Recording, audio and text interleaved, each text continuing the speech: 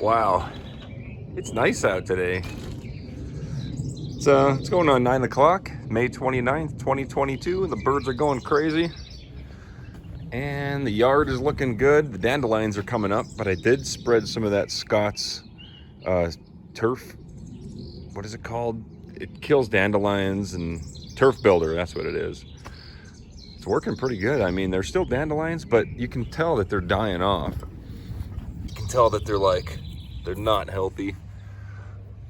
So it seems to be working, sort of. Next time I spread that stuff around, though, I'm gonna use the specific Scott's thing. I got it for $2 at the yard sale. So the next time I apply it, you're only allowed to apply it, I think, twice a year. So I might have to wait until later on in the year to do it again. But anyway, let's check out what's going on in the shop. All right, it's starting to smell like a wood shop in here. Didn't really get a chance to clean up 100%, but I'm interested in this. I want to see if the glue worked. There was one bottle of glue I had. It was older, and I used it up on somewhere over here towards the end. But let's go ahead and unclamp this stuff, and we'll see if I added enough tight bond, or if we're gonna have to run these through the planer again and try again. Because that's another thing. I only had one little bottle of tight bond. This is what I had. It was full, but it was a pretty thin coat. And usually when I apply glue, especially to guitars, I put a thicker coat on. I don't know. It's been a while since I did any big gluing projects like this. Let's just unclamp it and take a look. That's solid. And yeah, we're good. All right, so now in order to level these off, obviously they're not. In order to level these off, there's one really good option, and then running it through the planer is kind of like a secondary option, actually, because both sides are not level. If I ran it through the planer, we might get some funniness. It's really hard to build a sled for such a long piece to run through that small planer. So the other option, and probably the better option, is to build a router sled. So basically build two rails alongside of each piece, or all of them. Basically two rails, make a sled for the router with a hole in the bottom, set the router in it, and then I can use the router to plane off the top. As long as those two rails and the floor underneath are square, which the floor isn't exactly square, but it'll be a good starting point to flatten the top off, and then we can flip it over and then run it through the planer, and we'll be a lot closer to where we need to be. However, my little 1/4 inch 1010R Festool router, that thing is, although it's awesome, it doesn't have a 1/2 inch chuck in it for a bigger router bit. Like, I don't think I have the right router bit. Yeah, I would have to use something like this without a bearing on it. And everything I have has bearings. I have to get a new bit for it. Maybe I'll have to get a new router. I wish they had the 1400. I would have purchased that, but they didn't have it. I hate to buy a lesser quality router for this job. Nobody has the Festool 1400s. Let me flip them over. Maybe we can run them through the router. The planer. Let's see how it goes.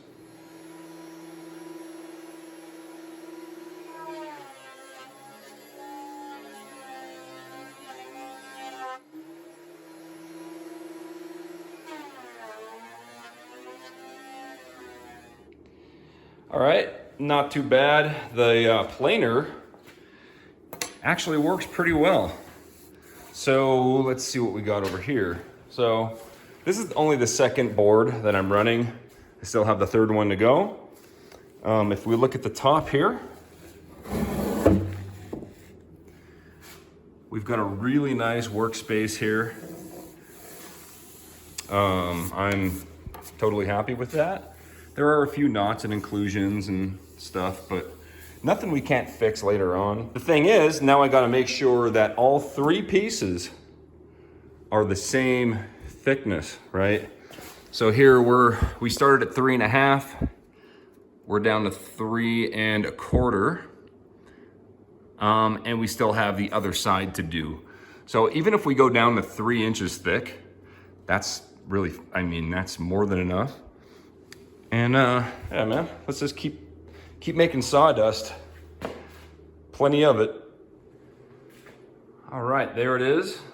It's not glued together yet, but all 3 pieces are the same size.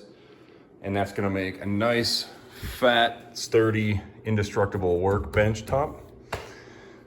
Have a little bit of a cleanup to do, so we'll go ahead and clean up. And yeah, I didn't even have my coffee yet, so we gotta take care of that too. Well, I'm at Lowe's and the alarms are going off. Seems like every time I go to Lowe's, something happens. So looks like we're gonna get some rain too. That'd be great. Anyway, every time I go to Lowe's, something happens. Like this time, the fire alarm went off and I was standing in customer service for about a half an hour. That's not an exaggeration. One of those Jorgensen clamps, you know, they're $60 each. One of them was obviously used, and not only that, but the end of it was cut off. I'll try to show you a picture of what I mean here on the screen. And all I wanted to do was return it and either get a replacement or just a refund. And man, it took them so long because they don't have them in store. So it was like 2 different managers and like all this nonsense for just to return a thing. Over at Home Depot, I never had that problem. Over at Home Depot, if I have something extra, I just want to return it, I bring it in, they scan it, and I get my money back. Lowe's is a little bit different. Anyway, we're headed back home. Actually, I have to go to Home Depot first. We'll go to Home Depot and then we'll go back to the shop. I have to grab a few things from Home Depot. All right, we're at Home Depot now, looking at the plywood. However, not cheap. All right, so we had a snowstorm the other day, and pretty much everybody has a broken tree in their yard, even me. So this guy here, this aspen, there's a break right there in this aspen tree, so I'm gonna go ahead and use my Japanese pull saw, and I'm just gonna cut it probably down here.